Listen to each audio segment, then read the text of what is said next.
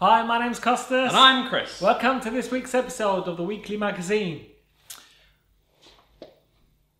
We finally did it. What did we do? We found an anagram. Yes, we did. That challenged a few people. You know who you are. Are you embarrassed? The anagram was a chalice 12th worn. Which was? Halloween witchcraft. Halloween witchcraft. We thought it was going to be an easy one, but it did challenge a few people. It was first time actually an anagram challenged people. Good. Do it in Morse code next time. So someone could not get it right. Way! I dropped it. Couldn't figure it out. Right, we got a winner. We got a winner! Let's do this. Winner, winner, chicken dinner. Mark Craven. Mark Craven. Funny enough, I was speaking to him yesterday. Why are you always speaking to our winners, Costas? I don't know. I think I'm fixing this. Are they paying you? No, absolutely. Our anagram this week. Yeah, Mark, I'll contact you or you contact us and we'll sort this out. Our anagram this week is Ivy Fuels Llama. We're not going to give you a llama hint. No double L, but you know, close enough. Yeah, no hint. No hint. No hint. It's going to be obvious. It's going to be very obvious. It's going to be very obvious. Right, we got diverse this week. We have got a live lecture. That one. We have got a download. Red pill. And we have our blast from the past. Family values. Family values. So let's get on with this week's show.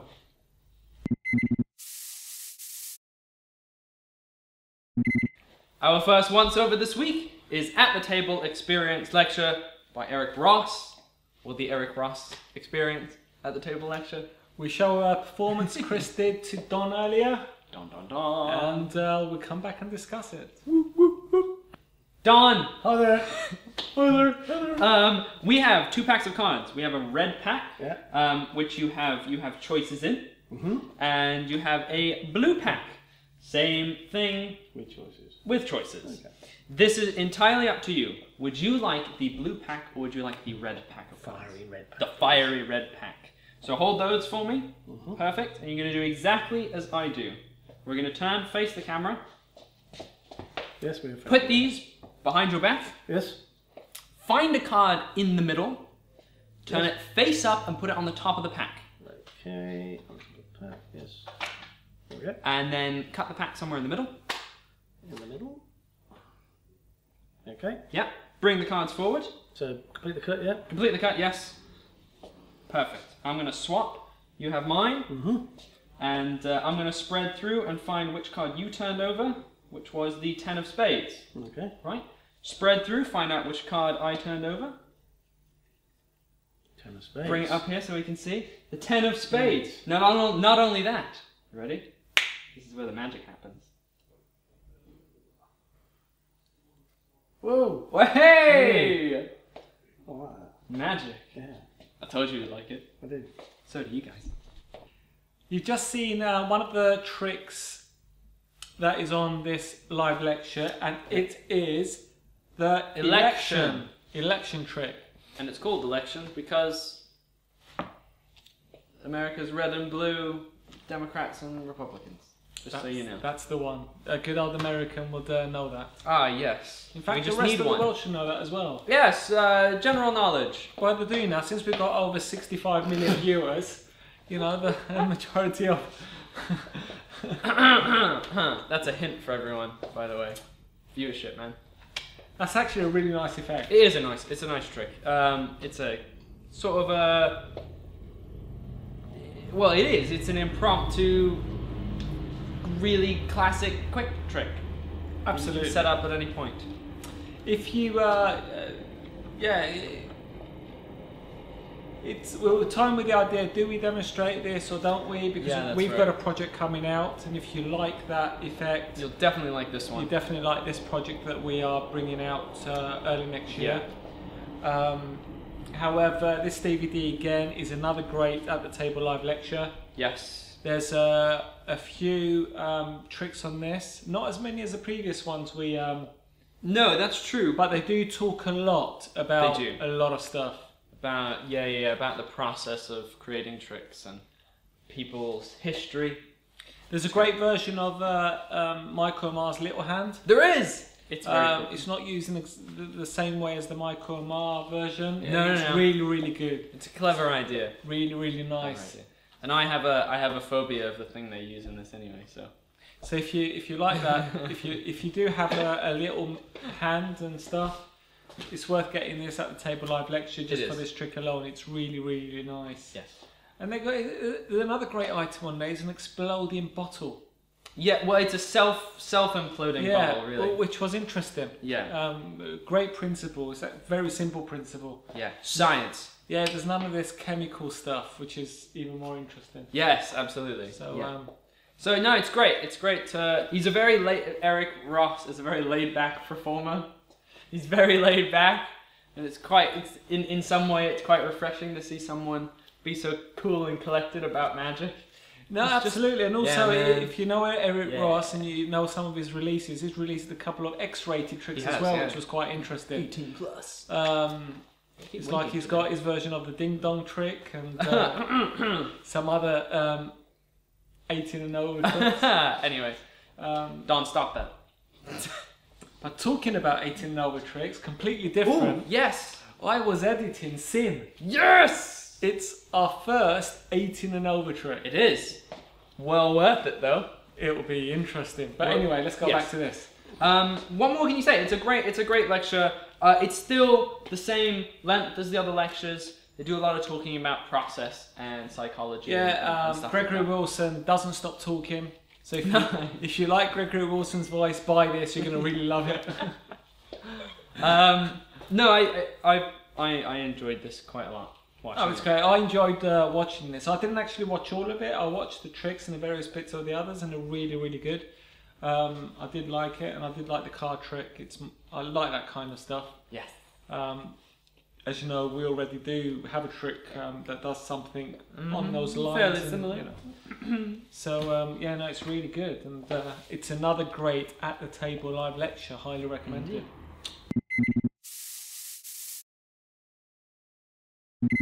The next one, so there is an instant download, and it's Red Pill by Chris Ramsey.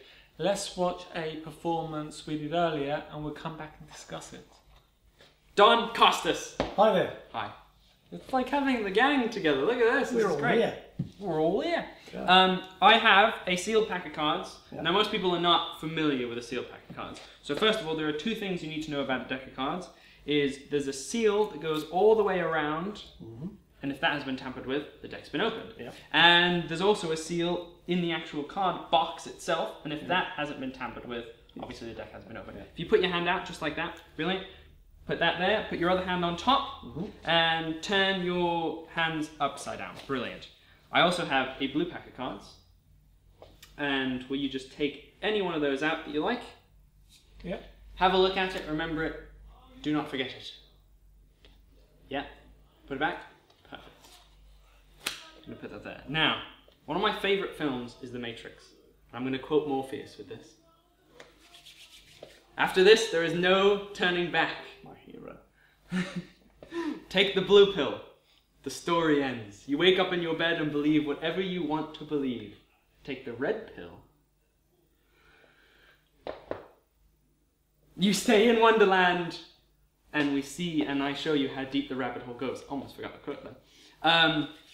Would you like to take the red pill? Yes. Okay. Imagine your card. Imagine it coming out of the blue pack, traveling through the air, and into the red pack. Yeah? Yeah. Are you imagining? Yeah.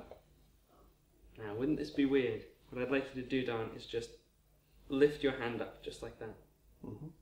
What was the name of your card? King of Clubs. The King of Clubs.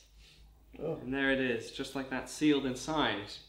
But, if that really is his King of Clubs, that should be blue-backed, right? So actually undo the wrapping. Oh, this could be interesting, couldn't it? Yeah. No one can ever do this, can they? No, not on camera. Not on camera. Not right before a show. I'm going to show it right in the audience of millions. Okay, here we go, taking off the actual millions wrapping. of people. And yeah, pull that off. Perfect. Let's have a look. Oh, it's red backed. Yeah. But that means that if it actually did travel into the red pack of cards, there's only a certain amount of cards that can fit into a deck of cards. So that means that having an extra card, what if it actually pushed the red-backed one through? Let's have a look. Open the seal of the deck. This goes right. Yeah. There it is, a new pack of cards. Pull them all out. Yeah. Spread through. What was it? The King of Clubs. If we have a look, that they are in new deck order. Yeah, King of Clubs. And I think, Costas, will you take that out and turn it over? Whoa. And that's blue inside a red pack of cards. Well done. And that's a red pill. That's incredible. Okay.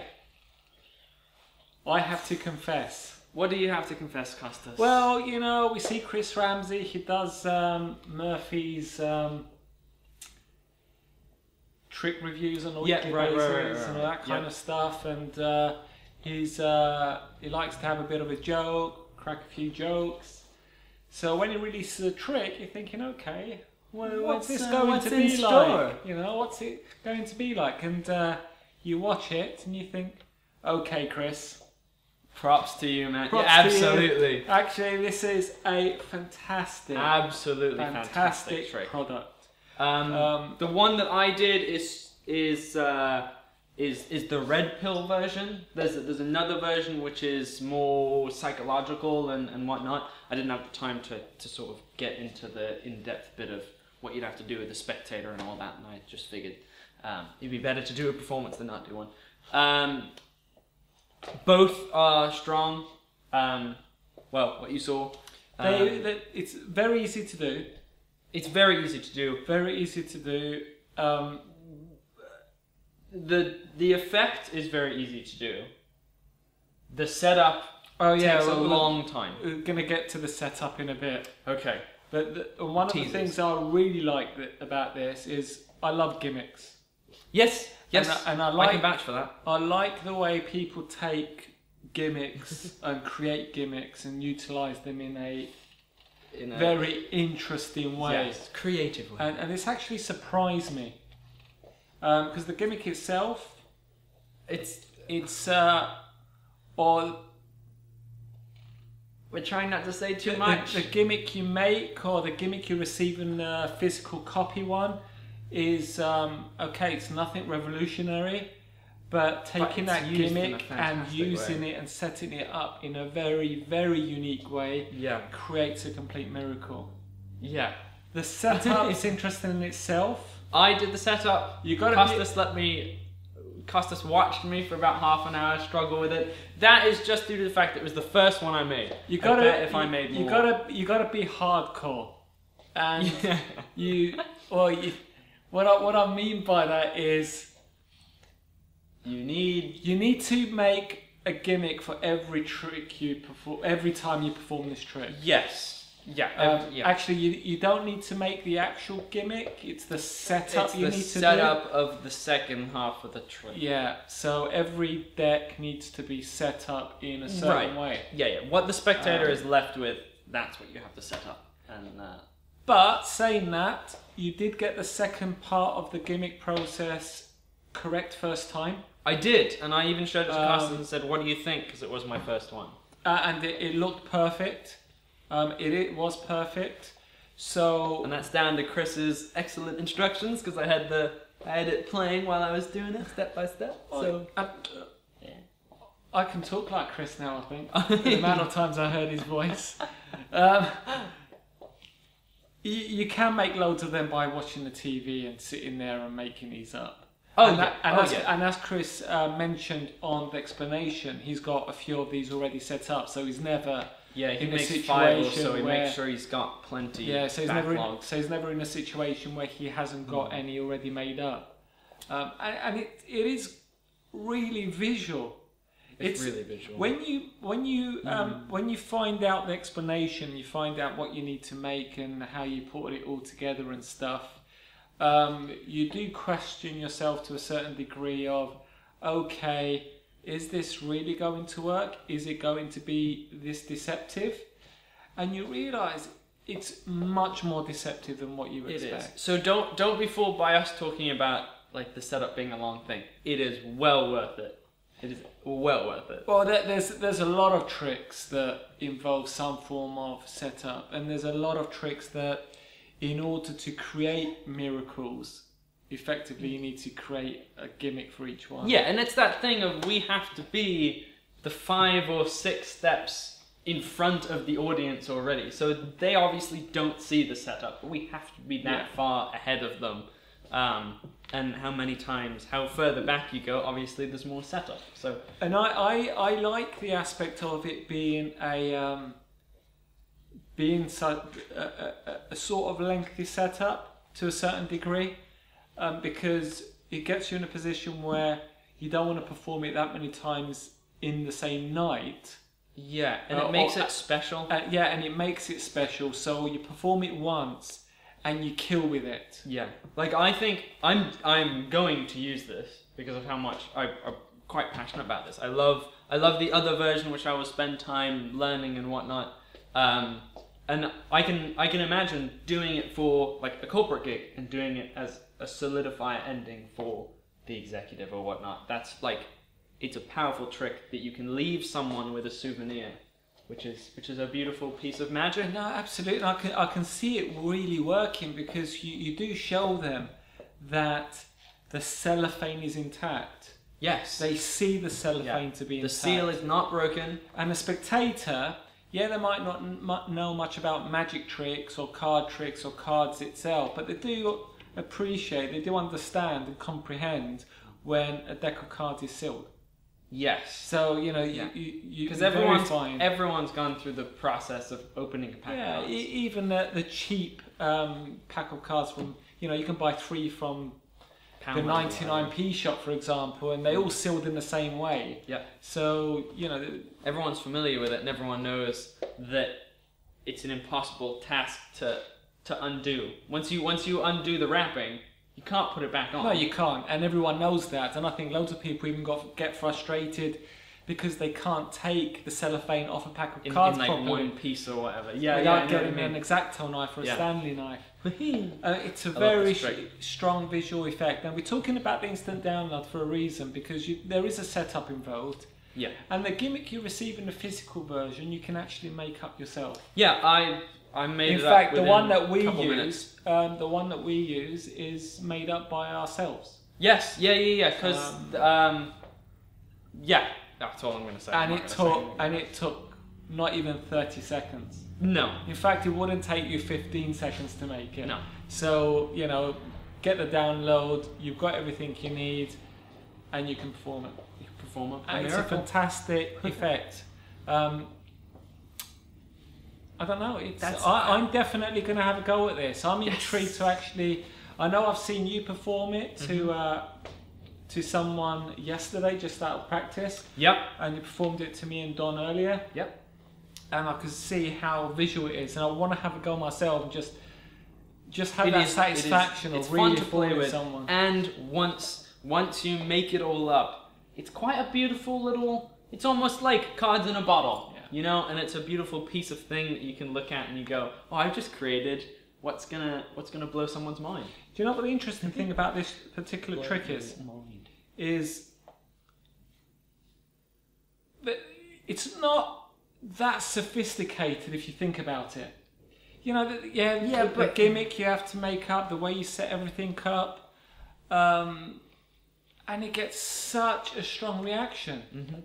But it's just a great mind of thinking, okay, what about if I do this, that, and the other, put these things together? Think of this painstakingly, obviously painstakingly having a go, getting it wrong, and keep on going until he's actually worked this thing out. Yeah. It's definitely not something that he thought, okay, I've got this idea, and he made it work straight away. Pretty much guaranteed that he spent a lot of effort into getting it right. So you learning from someone that's actually put a lot of effort into making something look as easy and as good as what this is. Yeah. And Red Pill gets a highest recommendation today.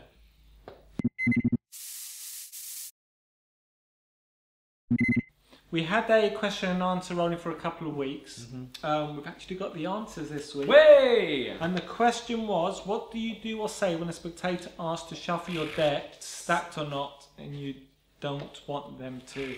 Now, this question arose from a customer, which I'm presuming is not as confident with card handling as a lot of us. Right, or uses a lot of trick packs. Yeah, he uses trick packs and stuff. So he's thought when he performs a trick and someone asks him, you know, can I shuffle the cards? What do you do? What do you do? What do professional magicians, what do people work? Now, it's my firm belief that, and actually the second one here by Danny German actually says something very similar, is that it's all to do with the way you present yourself. Yeah. If you give them an opportunity to shuffle the cards, or you attempt to give them an opportunity. Yeah, give them leeway to be able to ask. But you'll find that, in my experience, very rarely you get someone ask you to have a pack of cards shuffled. Now, depending on what it is, either do or there's always a response in them not to. And we've got a few things here. I just showed the first one. Yeah, would you like to? Why do I always get these? Steve Doe says, sorry, but only my wife can touch my deck. And to be honest, she hasn't done that for a while either. Okay. You know, and don't forget, some of these, it works for some people and works for others. So Yeah. it's all down to experience, really. And to Danny German, to be honest, I'm very rarely asked, and in my last 10 gigs, not once. Maybe it's an attitude thing. There you go, what you were That's saying. Tom Jester Mullinger says, if you can palm off what you need, you're laughing. One thing I do that others might like is I say, oh, is my shuffling not good enough? As I bust out a fancy false cut and shuffle combo. That normally stops them. But, if need be, just hand them the deck and turn to others and say, while he's doing that, who wants to see something a bit strange and go into a non-card trick? To be fair, it hardly ever happens. Like, ever. Grant Maidman, I usually say yes, of course you can, but not today. If after I control a selection to the top and someone says, can I shuffle them? I say yes, but not the top card. Do a double lift and mention whichever card that is your favourite card. Turn the double face down and keep their selection as they shuffle the deck. There are a couple of ways to go now, and I'll let your imagination fill in. Wink emoji gone. Edmund Thaddeus says, no, but seriously, I usually say, last person I let do that dropped half of them and mangled the others, and I'm trying to keep this deck as not mangled as I can, because it was a gift to myself. Steve Rowe, it rarely happens to me, can't even remember it happening much at all. When it has, I've let them. I'm trying to retain the top card, which is pretty much the only thing I want to retain. I've then gone through the deck and cut it back to the top and joked, you've messed them right up. He got a laugh and flew by. No one batted an eyelid. Well, that's actually a very good point, because if, for example, you've controlled the card to the top and they want to shuffle the cards, and let's say you know what the card is, after they shuffle the cards and you take them, it's spread and cut the card to the top again, they don't actually notice that. No, because it's very natural for a magician to play around with cards all the time in front of spectators. And it's that thing of, we have to be aware that spectators have no idea what we're going to do next. We do, they don't. So, and also, even if they suspect you're doing something, because the outcome theoretically in your magic trick is strong, they're gonna forget about the previous. Yeah. And they might even do that sort of dual reality thing where they think, oh, I have shuffled the pack of cards and then he found my card, and totally skip that middle bit. Faye Presto says, I honestly cannot remember the last time someone asked me that. And when they did, I let them. Fair enough. Paul Wingham, let them and do something that doesn't need a stack if the deck was stacked. In my mind, if they ask to shuffle and you say no, their explanation will always be, it was a trick deck. Fair enough. Ian Kendall, interestingly, this is something that happened to me very early in my performing career and shaped how I worked from then on. When I first started working in restaurants in the early 90s, I used a brainwave deck. One evening, someone asked if he could have a look at the deck. I laughed nervously and said no, put the deck away. I never used it again. I've never worked close up with anything that cannot be examined. That's interesting. So it shaped his... Oh, there's more. Cutting gimmicks gives you a freedom, much less worry, and it means you can concentrate on pure sleight of hand. Having said that, I have been known to employ a gimmick or two in stage work, but I am more able to control the situation, so I can still sleep at night. Colin Green, you just tell them you will let them, but you have the deck in order and you don't want them to mix the cards up. Gets a laugh and they carry on with the effect. If you want to be that blunt about it, it's that thing of making something obvious, and then they forget about it. You sort of put the spectator in a position where you actually the spectator thinks you're joking with them, when in fact you're actually telling them the truth. Yeah. Which is great. So there's not a right or wrong answer to this. It's all down to your own personal style and ability. But it's my firm belief: the more you go out there performing to people, the more you just you realise. You find something that suits the style of magic that you do, the tricks that you are currently doing, and your ability to communicate with people. My answer, just to throw in my 2 cents, 2 pence, whatever. I don't use gimmick decks. I use ordinary deck of cards. So if anyone wants to shuffle, that's fine. If I have to color card, I have to color card. There's I don't care. That's just my personal thing. There you go. That's it for the questions and answers.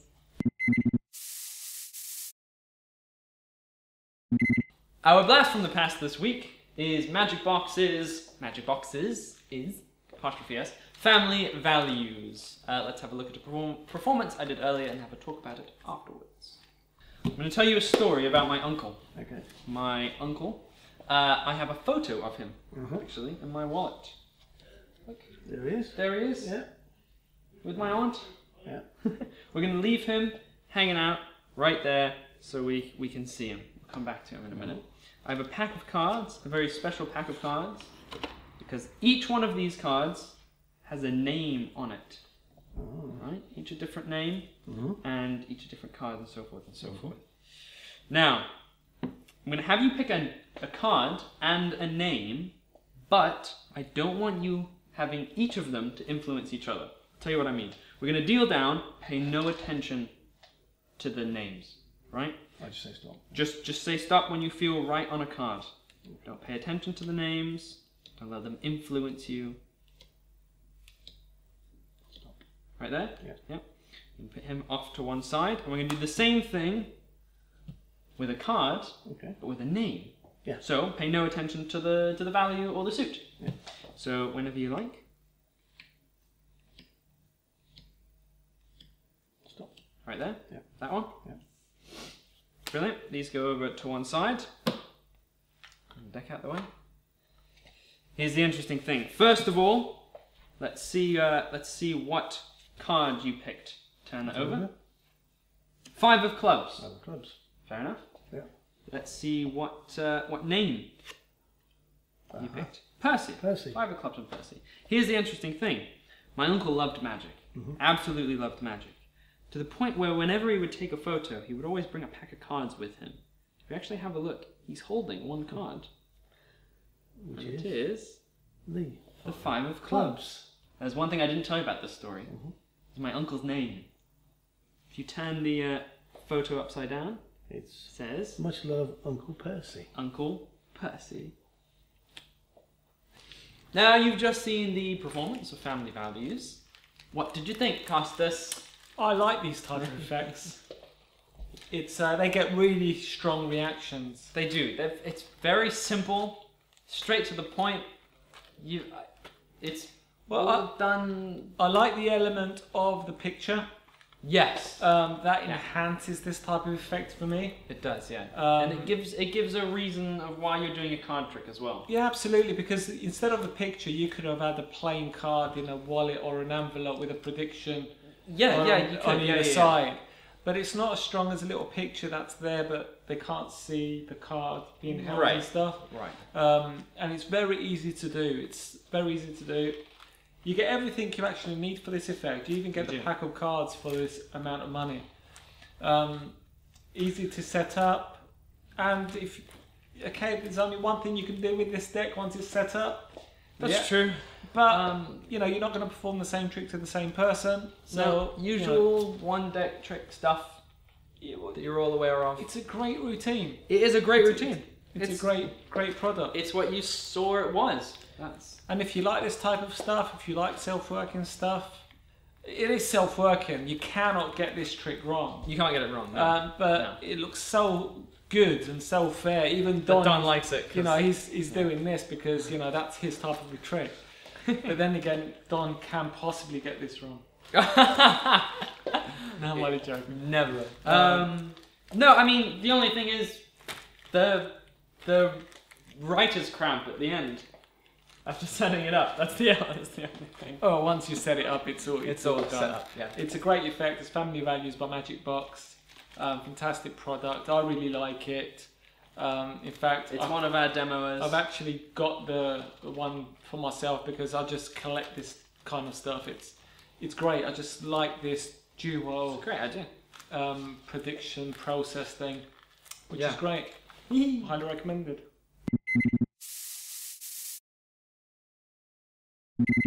We looked at 3 completely different types of products. We got Eric Ross's At the Table live lecture.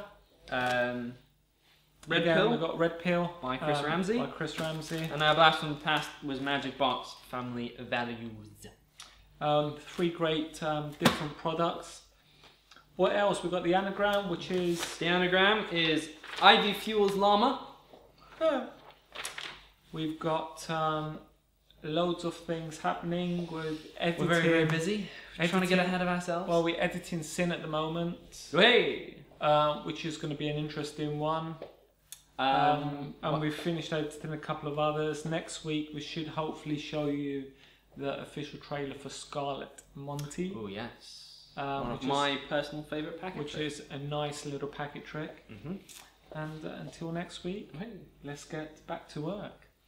Bye!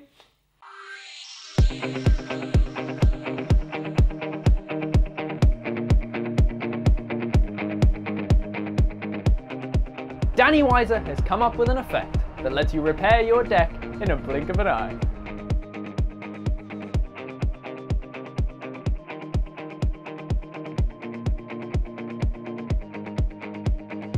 Have you ever wanted to remove the jokers without searching for them? A great intro to any packet trick. That's your card, that's the card. Here's what we're gonna do. We're gonna put that card somewhere in the pack. And we're gonna do one more thing. Usually, a magician would bring their card to the top of the pack, right? We're gonna try something a little different and hopefully jump it right out of the box. Hopefully, look, Charlie and Cat. Just like that, Charlie and Cat. Here's what we're gonna do. I just wanna prove to you that it really did jump. The rest of the cards are back inside their case.